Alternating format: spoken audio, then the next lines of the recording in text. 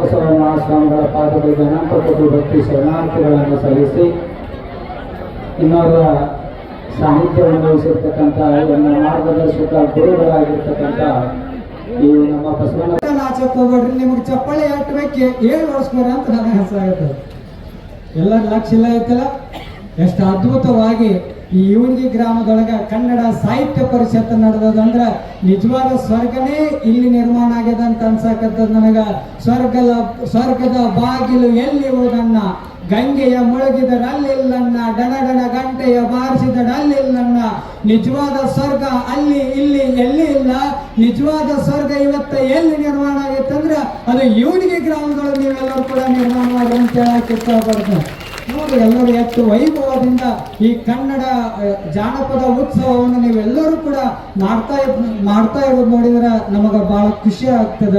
ಈಗ ಈ ಜಗತ್ತಿನೊಳಗ ಈ ಪ್ರಪಂಚದೊಳಗ ಜಾಗತೀಕರಣ ಅಂತ ನಡೆದ, ನಾವು ಕನ್ನಡದವ್ರಿಗೆ ಹೆಮ್ಮೆ ಪಡ್ಬೇಕ. ಈ ಜಗತ್ತಿನೊಳಗ ಜಾಗತೀಕರಣ ನಡೆದ, ಆ ಜಾಗತೀಕರಣದೊಳಗ ಮುಂದೆ 50 ವರ್ಷ ಬಿಟ್ರೆ 70 ಭಾಷೆಗಳು ಅಷ್ಟೇ ಉಳಿತಾವಂತ. ಈ ಜಗತ್ತಿನೊಳಗ ಇನ್ನೊಂದು 50 ವರ್ಷ ಬಿಟ್ರ ಈ ಪ್ರಪಂಚದೊಳಗ 50 ಭಾಷೆ ಉಳಿತಾವಂತ. ಆ 50 ಭಾಷೆ ಒಳಗ ನಮ್ಮ ಕನ್ನಡನೂ ಕೂಡ ಒಂದು ಉಳಿತಾವ ಅಂತಕ್ಕಂಥದ್ದು ನಮ್ಮ ಹೆಮ್ಮೆಯ ವಿಷಯ ಅಂತಕ್ಕಂಥದ್ದು ಅರ್ಥ ಮಾಡ್ಕೋ. ಇದನ್ನ ಯಾರು ಹೇಳ್ಯಾರ ಅಂತಂದ್ರ ನಮ್ಮ ಕನ್ನಡಕ್ಕೆ 8ನೇ ಜ್ಞಾನಪೀಠ ಪ್ರಶಸ್ತಿಯನ್ನು ತಂದುಕೊಂಡಿರ್ತಕ್ಕಂಥ ನಮ್ಮ ಚಂದ್ರಶೇಖರ್ ಕುಮಾರ್ ಅವರು ಈ ಮಾತನ್ನು ಹೇಳಿದ್ದಾರೆ. ನಮ್ಮ 50 ಭಾಷೆ 70 ಭಾಷೆ ಒಳಗ ನಮ್ಮ ಕನ್ನಡ ಭಾಷೆ ಯಾಕೆ ಉಳಿತದಂದ್ರ ಅವರೊಂದು ಮಾತು, ಕಿಮ್ಮತ್ತಿನ ಮಾತು ಹೇಳ್ಯಾರ. ನಮ್ಮ ಇಡೀ ಜಗತ್ತಿನೊಳಗ ಜಾಗತೀಕರಣದ ಹೊಡೆತಕ್ಕೆ ಸಿಕ್ಕು ಕೇವಲ 50-60 ಭಾಷೆಗಳು ಉಳಿತಾವು.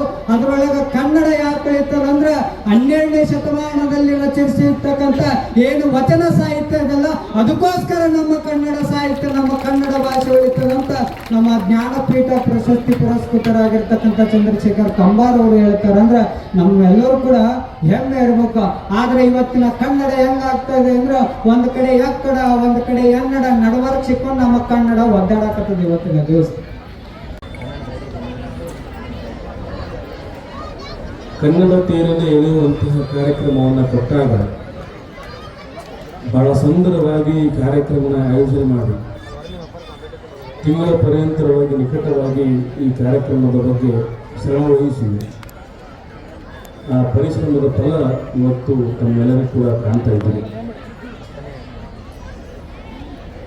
ಕನ್ನಡದ ವಿಚಾರವಾದರೆ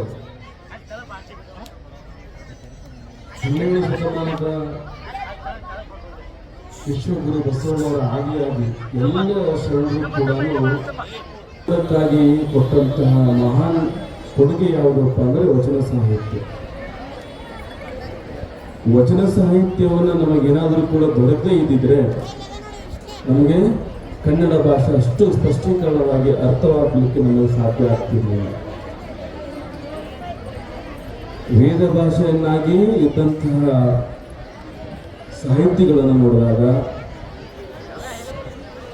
ಆ ಸಂಸ್ಕೃತದ ಪದಗಳನ್ನು ಕೇಳಿದಾಗ ಅರ್ಥವಾಗದ ರೀತಿಯಲ್ಲಿರುವಂಥ ಸಮಯಕ್ಕೆ ಪ್ರತಿಯೊಬ್ಬರಿಗೂ ಕೂಡ ಸರಳವಾಗಿ, ಸುಂದರವಾಗಿ, ತಮ್ಮ ಜೀವನಕ್ಕೆ ಮಾರ್ಗದರ್ಶನವಾಗಿರ್ತಕ್ಕಂತಹ ಸಾಹಿತ್ಯವನ್ನು ಕೊಟ್ಟಂತಹ ಏಕೈಕ ಯುಗ ಅಂದರೆ ಅದು 12ನೇ ಶತಮಾನ ಯುಗ. ಅದು ಶರಣರು, ಬಸವಾದಿ ಪ್ರಮುಖರು ಕೊಟ್ಟಿದ್ದಾರೆ.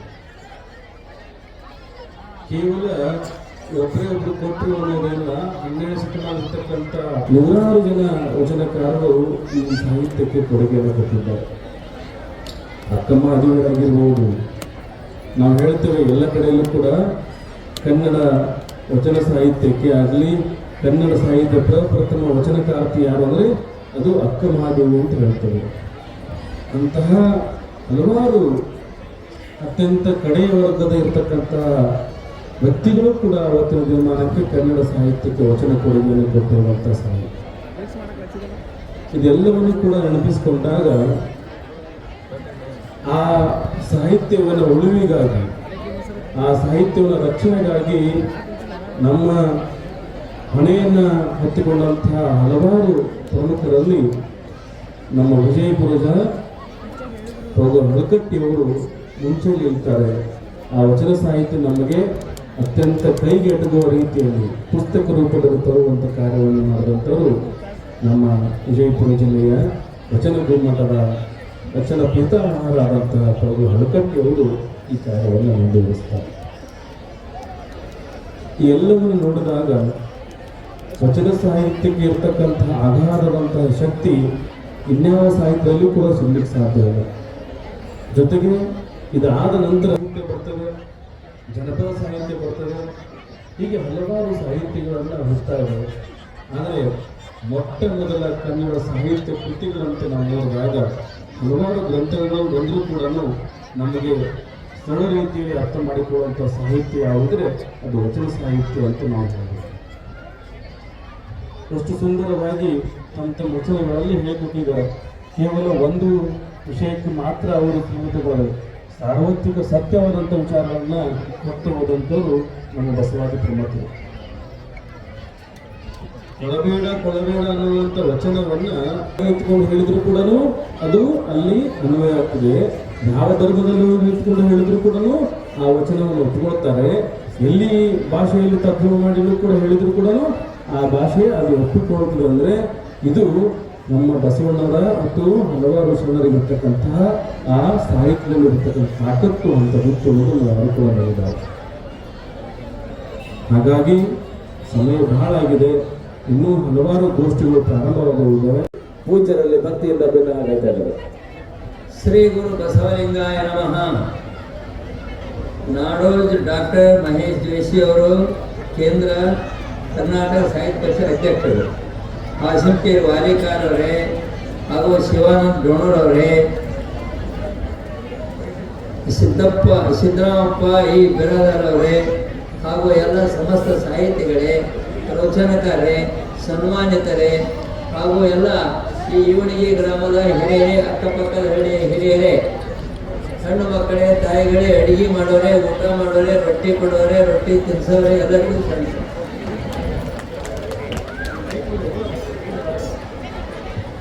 ಈ ಇವಣಿಗೆ ಗ್ರಾಮದಲ್ಲಿ ಶರಣ ಸಾಹಿತ್ಯ ಪರಿಷತ್ತ, ಕನ್ನಡ ಸಾಹಿತ್ಯ ಪರಿಷತ್ತ, ಇದು ನಾವು ಉಳಿವಿಗೆ ನಡ್ಕೊಂಡು ಹೋಗ್ತಾ ಇರ್ತೇವೆ. ಆ ಉಳಿವಿಗೆ ನಡ್ಕೊಂತ ಹೋದಾಗ ಪ್ರತಿಯೊಬ್ಬರ ಮನೆ ಮುಂದೂ ಕಮಲಗಳು ನಾಡ್ತಾರೆ. ಕಮಲಗಳು ಆ ಕಮಲ ನೋಡಿದ್ರೆ ಬಹಳ ಸಂತೋಷ ಆಗ್ತದೆ. ಆ ಕಮಲ ತಗೊಂಡೋಗಿ ದೇವರಿಗೆ ಏರಿಸ್ತಾರೆ. ಹಾಗೆ ನಮ್ಮ ಬಾಗೇವಾಡಿ ತಾಲೂಕ ಇವಣಿಗೆ ಗ್ರಾಮದಲ್ಲಿ ಈ ಸಾಹಿತ್ಯ ಪರಿಷತ್ತು ಬಹಳ ಸೊಗಸಾಗಿ ಕಮಲನ್ನು ಬೆಳೆದ. ಈ ಇವಣಿಗೆಗೆ ನಾನು ಈ ಭಾಗಕ್ಕೆ ಬರೋದು ಭಾಳ, ಇವಣಿಗೆ, ನಾಗೂರು ಈ ಕಡೆಲ್ಲ ಹೋಗೋದು ಭಾಳ. ಈ ಇವಣಿಗೆಯ ಭಕ್ತರು ಲಕ್ಕಮ್ಮನ ದೇವಸ್ಥಾನ ಎಂಥದ್ದು ಕಟ್ಟ್ಯಾರ ಸ್ವಲ್ಪ ನೋಡೋದು. ಈ ಮಾಲಗಂಬ ಕಟ್ಟೋ ಕಾಲಕ್ಕೆ ನಾನು ಬಂದು ಹೋಗ್ತಾ ಇದ್ದೆ ದಿವಸ. ನಮಗೊಂದು ಹುಚ್ಚ, ಕಟ್ಟೋಡು ಹುಚ್ಚ. ಇಲ್ಲಿ ಇರ್ತಕ್ಕಂಥ ಜನ ಭಾಳ ಭಕ್ತಿಯಿಂದ, ಈಗ ಹೇಳಿದ್ರೆ ನಮ್ಮ ಯಾರು ವಾಲಿಕಾರ್ ಸಾಹೇಬರು ಹಗಲು ರಾತ್ರಿ ಒಂದು ತಿಂಗಳ ಪರ್ಯಂತರ ಕೆಲಸ ಮಾಡಿದ್ದಾರೆ. ಹಳ್ಳಿ ಜನ ಮಾಡಕ್ಕೆ ಹಚ್ಚಿದ್ರೆ ಉತ್ತಮ ರೀತಿ ಕೆಲಸ ಮಾಡ್ತಾರೆ. ಈ ಸಾಹಿತ್ಯ ಪರಿಷತ್ತು, ಕನ್ನಡ ಸಾಹಿತ್ಯ ಪರಿಷತ್ತು ಇಲ್ಲಿ ಇಟ್ಕೊಳ್ಳೋದು ತುಂಬ ಸಂತೋಷದ ಕೆಲಸ, ಭಾಳ ಸಂತೋಷ. ಆನೆ ಮೇಲೆ ಅಂಬಾರಿ, ಇರುವಿ ಮೇಲೆ ಅಂಬಾರಿ ಇಟ್ಟಂಗೆ, ಆನೆ ಮೇಲಲ್ಲ ಇರುವಿ ಮೇಲೆ ಅಂಬಾರಿ ಇಟ್ಟಂಗೆ. ಅಂಬಾರಿ 30 ಮಣ ವಜ್ಜಿರ್ತದೆ, 30 ಕ್ವಿಂಟಲ್ ಇರ್ತದೆ. ಇರುವಿ ಮೇಲೆ ಗಿಡಕ್ಕೆ ಬರ್ತದೆ ಏನು? ಹಾಗಾಗಿ ಇವಣಿಗೆ ಒಳಗೆ ಸಾಹಿತ್ಯ ಪರಿಷತ್ ಮಾಡಿದ್ದು ಇರುವಿ ಮೇಲೆ ಅಂಬಾರಿ ಇಟ್ಟಂಗ ಭಾಳ ದೊಡ್ಡ ಕೆಲಸ ಇದೆ. ಇಲ್ಲಿ ಜನ ಒಳ್ಳೆ ಕೆಲಸ ಮಾಡ್ತಾ ಇದ್ದಾರೆ, ಭಾಳ ಭಕ್ತಿ ಜನ ಇದ್ದಾರೆ. ಈ ಕನ್ನಡ ಸಾಹಿತ್ಯ ಪರಿಷತ್ ಏನೈತಲ್ಲ, ಈ ಕನ್ನಡ ಸಾಹಿತ್ಯ ಪರಿಷತ್ತಿನ ಸಾಹಿತಿಗಳು ಹಳೆಯ ಸಾಹಿತ್ಯ ಸ್ವಲ್ಪ ಮರಿ ಮಾಡಕ್ಕಾಗ್ತಾರೆ. ಹಳೆಯ ಸಾಹಿತ್ಯ ಮರಿ ಮಾಡಿ ತಮ್ಮ ಸಾಹಿತ್ಯ ಬೆಳೆಸಲಿಕ್ಕಾಗ್ತಾರೆ.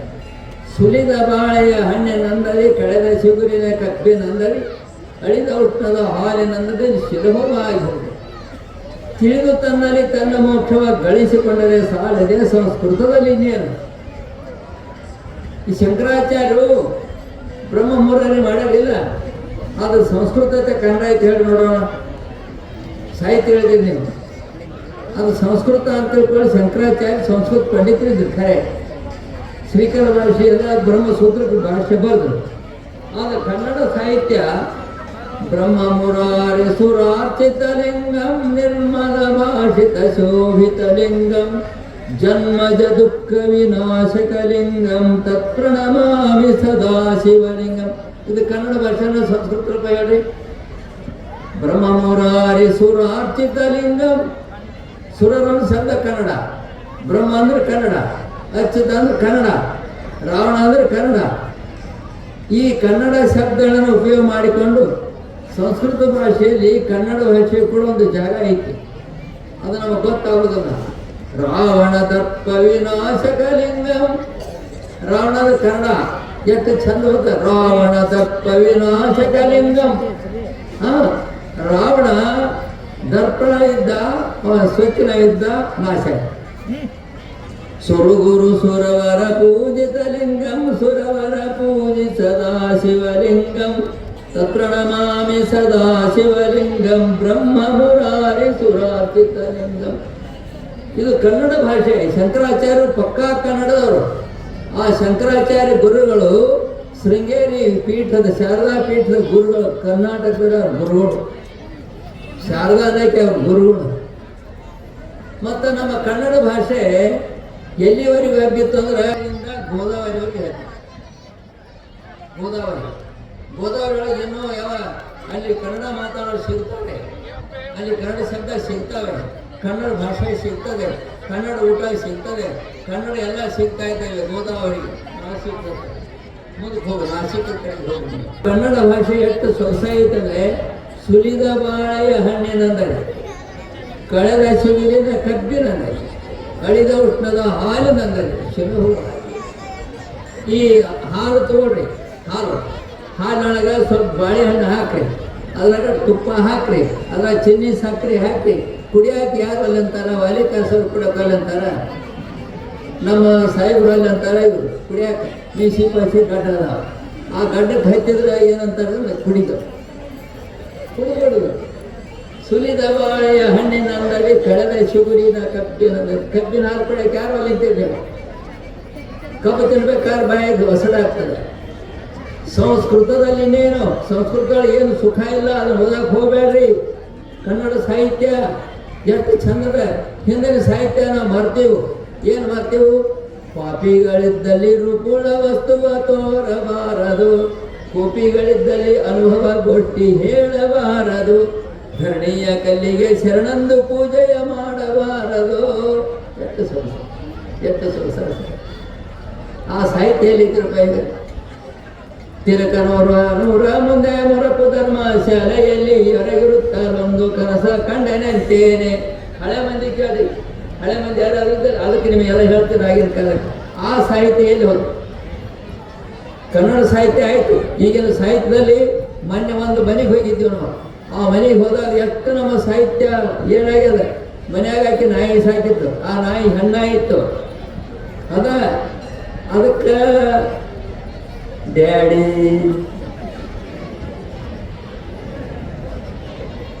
ನಾಯಿಗೆ ಡ್ಯಾಡಿ. ಇನ್ನೊಂದು ಬೆಕ್ಕಿತ್ತು, ಅದು ಫಾದರ್. ಬೆಕ್ಕಿಗೆ ಫಾದರ್, ನಾಯಿ ಡ್ಯಾಡಿ. ನೀವು ಕನ್ನಡ ಭಾಷೆಯಲ್ಲಿ ಕೇಳಿ ನೋಡು, ಸಾಹಿತ್ಯಗಳ ಮನೆಯಾಗ ಹೇಳಿ. ನಿಮ್ಮ ಸಾಹಿತ್ಯಗಳು ಕೊಡು ಬನ್ನಿ ಮ್ಯಾಗ ಬನ್ನಿ.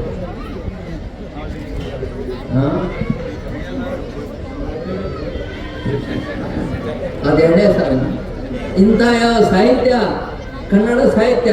ಇನ್ನೊಂದು ಹೇಳ್ತಾನೆ, ಸಾಹಿತ್ಯದಲ್ಲಿ ಡೊಳ್ಳಿನ ಸಾಹಿತ್ಯ, ಗೊಂದಲಿಗೆ ಸಾಹಿತ್ಯ, ಚೌಡಿಕೆ ಸಾಹಿತ್ಯ, ಎಲ್ಲಮ್ಮನ ಸಾಹಿತ್ಯ. ಇವು ಸಾಹಿತ್ಯಗಳಿದಾವೆ. ಎಲ್ಲಿ ಹುಟ್ಟಿ ಎಲ್ಲಿ ಬೆಳೆದ ಅದು ಏಕಾಶಿಲಿಂಗ, ಅದರ ಮರ್ಮ ನನಗೆ ಗೊತ್ತಾದು. ಈ ಡೊಳ್ಳು ಸಾಹಿತ್ಯ. ಆ ಡೊಳ್ಳಿನ ಪದಗಳು ಹೆಂಗಿತ್ತು ಅಂದ್ರೆ, ಎಲ್ಲಿ ಹುಟ್ಟಿ ಎಲ್ಲಿ ಬೆಳೆದ ಅದು ಏಕಾಶಿಲಿಂಗ, ಅದರ ಮರ್ಮ ನನಗೆ ಗೊತ್ತಾದು. ತೆಗಿನ ಕುಡಿಯ ತವರಿಗೆ ಬಡಿದು ಅದನ್ನು ಮಾಡೋ ಬೀರಯ್ಯ. ಬೀರಯ್ಯ ಸಾಹಿತ್ಯ ದೊಡ್ಡದು. ಆ ಸಾಹಿತ್ಯ ಅದೇ. ಇಂಥ ಸಾಹಿತ್ಯಗಳನ್ನ ಈ ಹೊಸ ಸಾಹಿತ್ಯಗಳನ್ನು ಬರ್ತೀರಿ, ಹೊಸ ಸಾಹಿತ್ಯಗಳು ಬಂದವರು ಸ್ವಲ್ಪ ಹಳೆಯ ಸಾಹಿತ್ಯ ಅಭ್ಯಾಸ ಮಾಡಬೇಕು. ಅದರಲ್ಲಿ ಅರ್ಥ ನಾನಾ ಪ್ರಕಾರ ವ್ಯವಸ್ಥೆ ಇರ್ತದೆ, ಅದನ್ನೆಲ್ಲರೂ ಅಭ್ಯಾಸ ಮಾಡಿ ಹಳೆಯ ಸಾಹಿತ್ಯವನ್ನು ಮರಿಲಾರ್ದಂಗೆ. ಇನ್ನೊಂದು ಕಾಶ್ಮೀರದಿಂದ ಬಂದರು ಆದಯ್ಯನವರು ಸೌರಾಷ್ಟ್ರದಿಂದ ಬಂದರು. ಅವ್ರು ಬಂದು ಕನ್ನಡ ಕಲಿತು ಸಾಹಿತ್ಯ ಉಳಿಸಿದ್ರು. ಈಗ ನಮ್ಮ ಸಾಹಿತ್ಯ ಸಂಪುಟ ನೋಡ್ರಿ ಎಷ್ಟು ಶರಣ ವಚನಗಳು ಬರ್ತವೆ. ಅದನ್ನೆಲ್ಲ ನೋಡಿದ್ರೆ ಕನ್ನಡ ಸಾಹಿತ್ಯಕ್ಕೆ ಬಸವಣ್ಣವ್ರು ಏನು ಬೆಲೆ ಕೊಟ್ಟರು. ಬಸವಾರ್ಥತ್ರಯದಲ್ಲಿ ತ್ರೈಪುಂಡ್ರು ನೊಸಲು ಮೊದಲಾದ 48 ಸ್ಥಾನಗಳು ಧರಿಸಿದ ಸದ್ಭಕ್ತರು ಅಸಮಾಕ್ಷನಿಂದ ಇದ್ದಾರೆ. ಬಸವ ಹೋಗಿ ಮಂತ್ರ ಅದ, ಬಸವ ಈ ಶಬ್ದ ಹೊತ್ತು ಬಸವಾದ ಎಂಥ ಬಸವಣ್ಣ.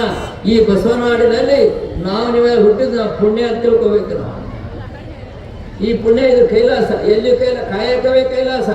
ಬಸವಣ್ಣರು ಏನು ಕೆಲಸ ಮಾಡಿದ್ರು, ಏನೇನು ದುಡಿದ್ರು, ಎಷ್ಟು ಕೆಲಸ ಮಾಡಿದ್ರು, ಎಂತೆಂಥ ಕೆಲಸ ಮಾಡ್ಯಾರೆ. ಅವ್ರು ಮಂತ್ರಿಗಳಿದ್ರು.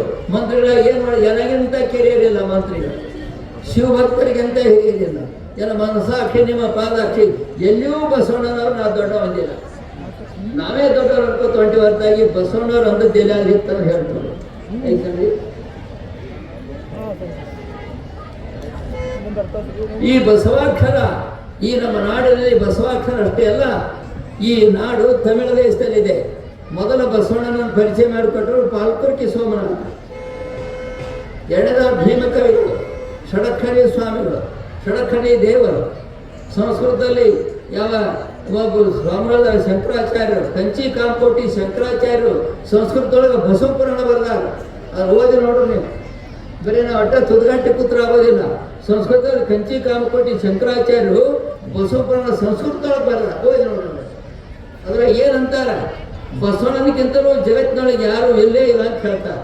ಮಗ್ಗಿ ಮಾಯದೇವರು, ಐವಳ್ಳಿ ಪಟ್ಟದ್ದೇವರು, ಜಯ ಬಸವೇ ಶಭಕ್ತ ಜನ ಭಾಗ್ಯ ಶಿವೋದಯ, ವೀರಶೈವ ನಿರ್ಣಯ ಪರಮಾವತಾರ, ಶರಣಾಗತ ರಕ್ಷಕ, ಚಿದ್ಗನ ಪ್ರಭಾಮಯ, ಜಗದಾದಿ ದೇಶಕ, ಪುರಾತನ ಪುಂಗವ, ಶಾಮ್ ಹೊಯ್ ಪುರಾಶ್ರಯ, ಜಯ ಸೋಮನಾಥ, ಜಯದೇವ ಜಯ ವಿರತಂ ಶಿವ. ಅವ ವಿರಕ್ತ ಅಂತಾರೆ ಮಗ್ಗಿ ಮಾಯದೇವರು. ಜಯ ಬಸವೇಶ ಭಕ್ತ ಜನ ಭಾಗ್ಯ ಶಿವೋದಯ, ವೀರಶೈವ ನಿರ್ಣಯ ಪರಮಾವತಾರ, ವೀರಶೈವ ತತ್ವ ಸಿದ್ಧಾಂತವನ್ನು ಮಾಡಿರ್ತಕ್ಕಂಥ ಅಂತಾರೆ. ಶರಣಾಗತ ರಕ್ಷಕ, ಚಿದ್ಗನ ಪ್ರಭಾಮಯ, ಜಗದಾದಿ ದೇಶಕ, ಪುರಾತನ ಪೊಂಗವ, ಶಾಂಭೈ ಪುರಾಶ್ರಯ, ಜಯ ಸೋಮನಾಥ, ಜಯದೇವ ಜಯ ವಿರತಂ ಶಿವ. ಈ 12ನೇ ಶತಮಾನದಲ್ಲಿ ಅನ್ನ ಬಸವಣ್ಣನವರು ಯಾವ ರೀತಿ ಕಾಶ್ಮೀರದಿಂದ 6000 ಜಂಗಮರನ್ನು ಕರೆದುಕೊಂಡು ಬಂದರು, ಅದೇ ರೀತಿ ಈ ಇವಣಿಗಿ ಗ್ರಾಮದಲ್ಲಿ ನಡೆದಂತಹ ತಾಲೂಕಾ ಕನ್ನಡ ಸಾಹಿತ್ಯ ಸಮ್ಮೇಳನ ಕೂಡ ಅವರು ಏನು ಮಾಡ್ತಾರೆ, ಸಾಹಿತ್ಯಾಸಕ್ತರನ್ನು ಸೇರಿಸಿದರು.